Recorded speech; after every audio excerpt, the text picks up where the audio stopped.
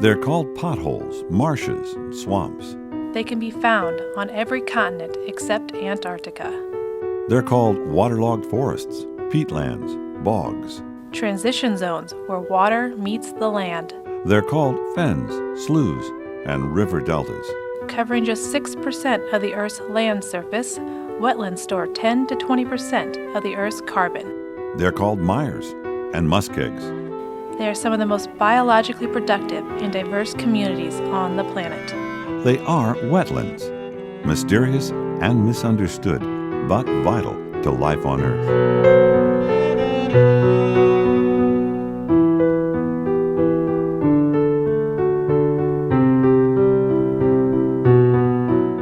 Wetlands have captured our creative imaginations from Shakespeare to Emily Dickinson and Henry Thoreau.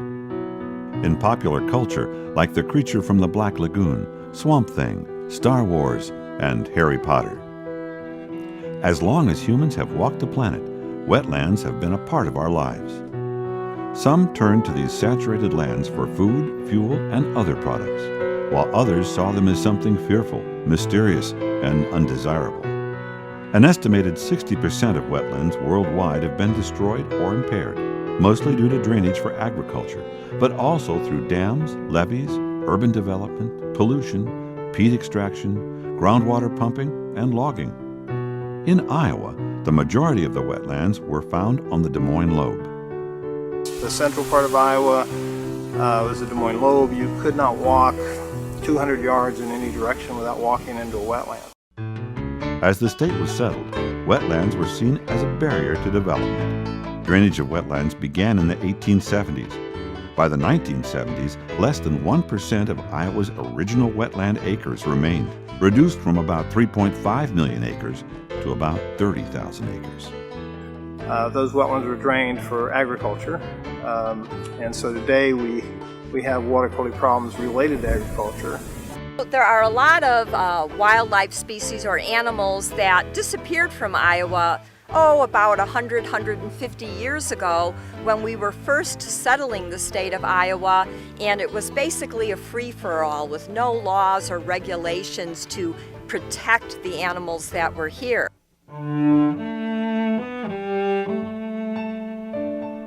Until the 1980s, no one understood fully the value of wetlands to water quality, wildlife habitat, recreation, and beauty. It was the loss of wildlife, especially waterfowl, that supplied the first impetus for wetland restoration in Iowa. There are over 900 types of animals living in the United States that are dependent on wetlands for at least part of their life history, or at least part of the stages of their maturity and being youngsters. And so they're incredibly important to wildlife. They're also incredibly important to us as places to explore. Not only do they help clean water, but they slow down sediment. Wetlands offer a potential solution to some of those water quality problems because they're effective filters for a lot of the pollutants that are exported from row crop agriculture.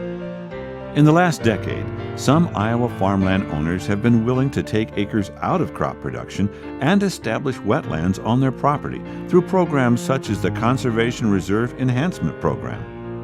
Well, actually, our district conservation has pointed out to us that this would be an ideal site for a wetland because it's at the conjunction of two forks of the upper Badger Creek, and it would be able to treat a lot of water coming off of farmland before it goes down into Badger Creek Lake. Well, it just seemed like the right thing to do. Badger Creek Lake is on the impaired waterway list, and we're part of the watershed, and we wanted to do our part to get the lake off the list. So if this is one way of us being able to help out, well, that's great.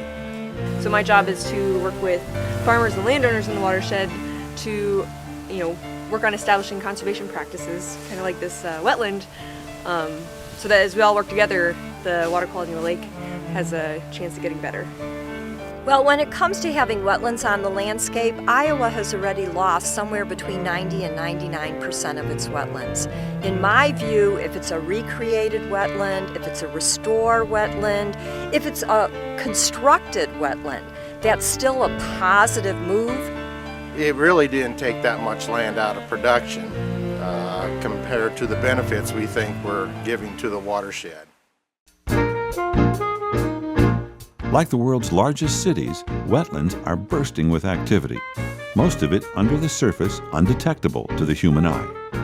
I mean, you can see it if you just look at this wetland. A lot of vegetation, a lot of waterfowl, real highly productive systems, a lot of biological activity, and especially the microbial activity in those wetlands processes and filters pollutants that might go through it. Water is cleaned when drainage from corn and soybean acres is captured and routed into a strategically located wetland. This wetland was designed to intercept water coming from tile outlets, and so all the water coming into here is drained off of about 700 acres up in the upper watershed. And when the tiles come to the wetlands, it gives that water time to sit around, and when the water has time to just be retained and just kind of wait, that's when the microbes have a chance to denitrify it. So the microbes convert the nitrates that have come through the tile lines into nitrogen gas. Microbes consume nitrate the way humans consume oxygen when we breathe and respire. But this happens under anaerobic conditions, a process called denitrification. To increase denitrification rates, you want to have a saturated wet soil that'll go anaerobic, and you want to supply that system with nitrate. So if we put wetlands in these landscape positions, we're supplying them with lots of nitrate from those 2,000 acres of corn and soybeans. And the wetlands are ponded, wet, the sediments are anaerobic. Those are ideal conditions for denitrification. The nitrogen is not primarily taken up by the plants, in other words. It's actually burned away, respired away by those microbes in the sediment. The microbes convert nitrate to N2, an inert gas that makes up 80% of the atmosphere. The plants help to provide surfaces on which those microbes might live, and they also provide organic carbon to help those microbes keep using nitrate. I feel really lucky to have a crop wetland in my watershed because it's such a neat practice. Dr. Crumpton and his Iowa State University team are tasked with understanding the water quality impacts of these constructed wetlands. What we want to know is how much pollutants are the wetlands removing. And so we have to measure how much comes in and how much goes out.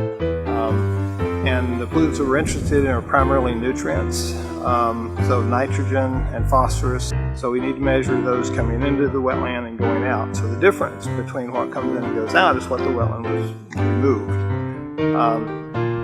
That requires that you, because the rates at which those things move in and out can change dramatically, especially after it rains. You get dramatic, rapid increases in how much is coming into the wetland. So we have to sample these things very intensively. Wetland construction and restoration are one of the most efficient means of reducing nitrate load from Iowa's rivers and streams. The Iowa Nutrient Reduction Strategy, released in 2012, calls for a 45% reduction in nitrogen loading into Iowa's waters. If we could convert 1 to 2% of the landscape into the wetland pool, right? So if we have pool area, the ponded area, the wetlands, that are equal to 1 to 2% of the watershed areas, that would get us close to a 30 to 40% reduction on a fairly sustained basis. That may sound like a lot of acres, but compared to every other alternative practice, it turns out to be relatively inexpensive, even though we do have to put a lot of land into this. This is a large footprint. There's a lot of land here. But this was not really prime corn ground, as you can judge by standing here. So the sites where these are located tend to be frequently more marginal sites, because they're the sites where the water naturally accumulates and you'd have these wet spots. And so when you can capture those spots, it's a pretty efficient strategy in terms of cost. If we are to achieve a 35 to 45% nitrate load reduction in Iowa, we will need at least 50,000 wetlands as well as other land management practices. However, it doesn't take long for a restored or constructed wetland to add value to the land. The effect on the hydrology is immediate. So, they'll pond water and hold it back a little bit during small rain events. They'll slow it down a little bit. As soon as you have the wetland constructed, they'll do that. In terms of microbes processing denitrification capacity, they reach most of their denitrification capacity within the first year or two. So it's very rapid. So there are a lot of what we call pond weeds or potamogetans. That's the genus name that you'll find in the water, but you won't actually find it up above the water. Now some also are up above the water, and we call those emergent. And I think of a really high quality emergent plant being something like arrowweed or bulrush. They'll seed them with the mix of vegetation they want to have in the pool, try to get that started more quickly.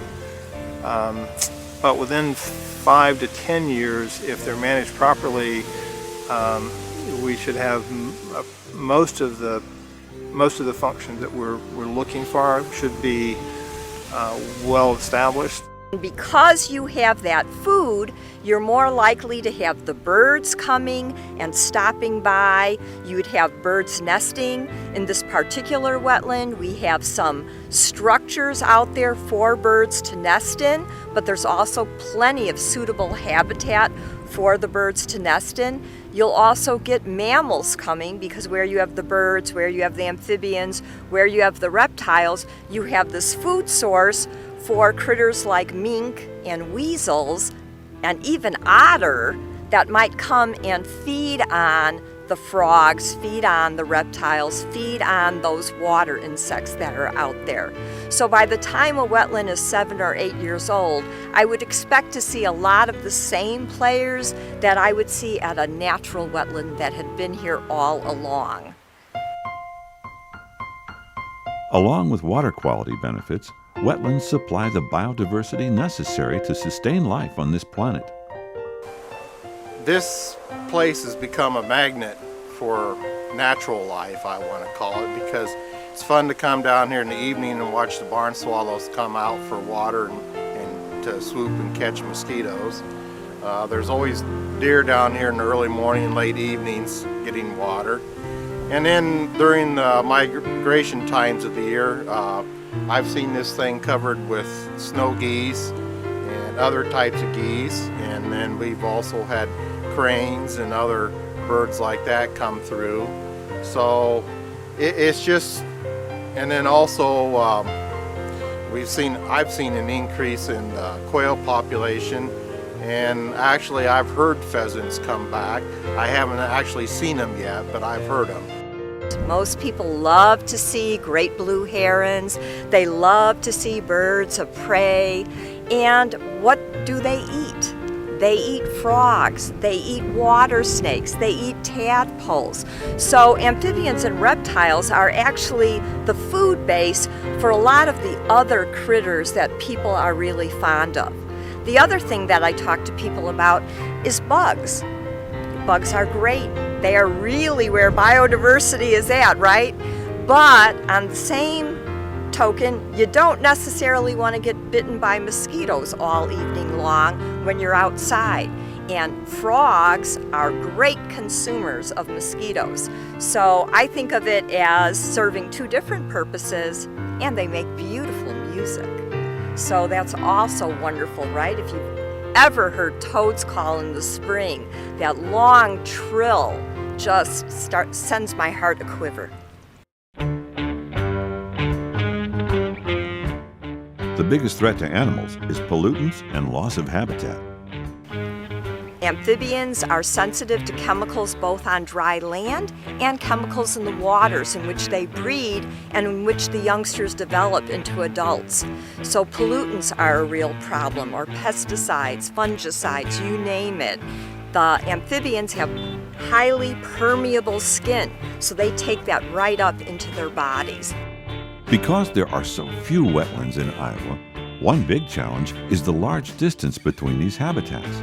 How do animals get from one patch of good habitat or wetland to another? And if you look in any direction in the state of Iowa, go 1 mile and you're going to run into a road, almost without a doubt.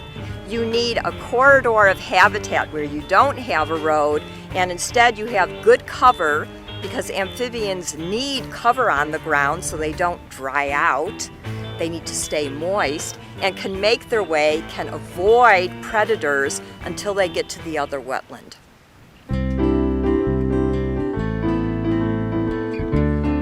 So this is a species that's native to Iowa. This is the Blanding's turtle, and I find it by far one of the most beautiful turtles. This animal spends a lot of time on dry land, traversing the landscape, going from one wetland to another wetland. It's listed in this state as threatened. Many people are concerned about their populations, but what I find fascinating about it is that this animal, the female, takes 17 to 20 years before she'll ever lay any eggs. And if you know about turtles, when you're an egg or a hatchling turtle, your chances of survival are very, very low. But once you get to be an adult, generally you don't have any enemies to worry about, with the exception of car tires. So I just think of this as an iconic species for wetlands.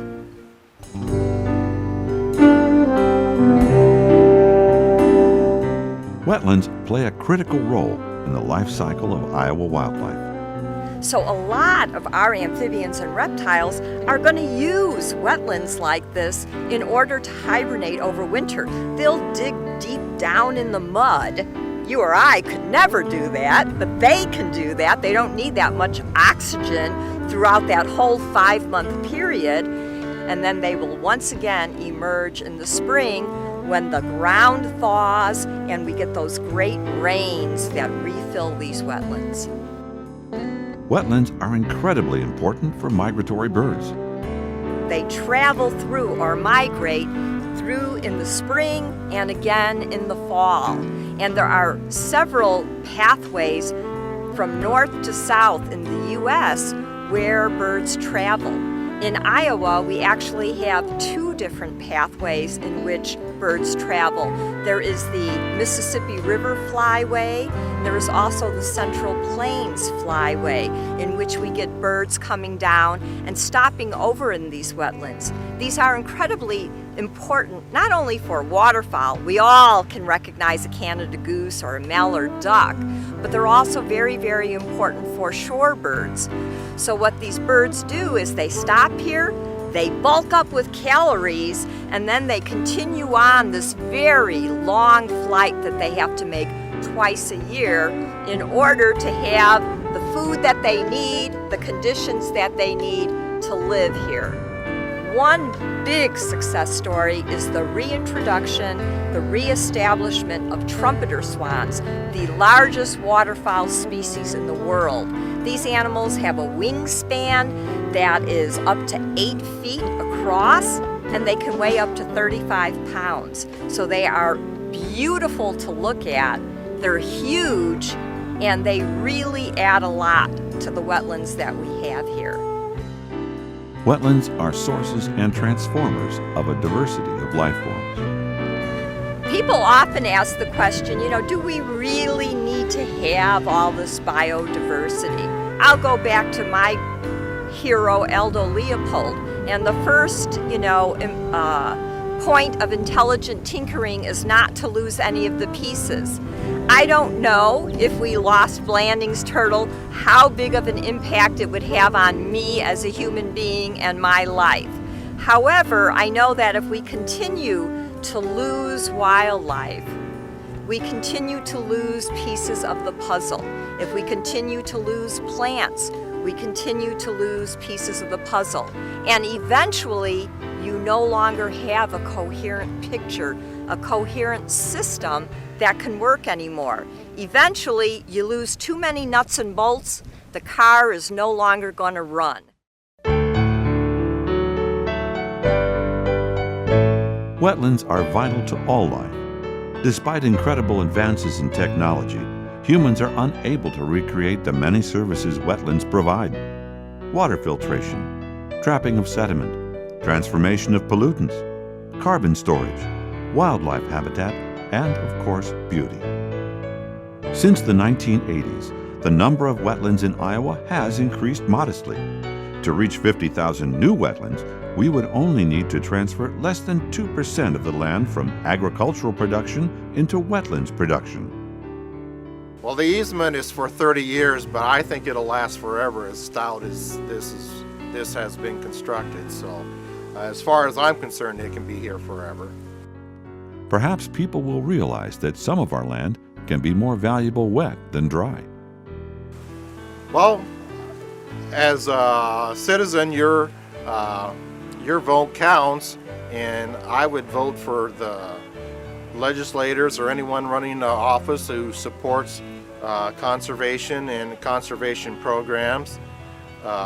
Another thing is to become more aware of where your water comes from and how it's being treated, and just in general being aware of your watershed and that everyone lives in a watershed, and the practices going on and the things you personally can do and support for the protection of your watershed. Without wetlands, life is greatly compromised. I think wetlands definitely add a beauty to the state.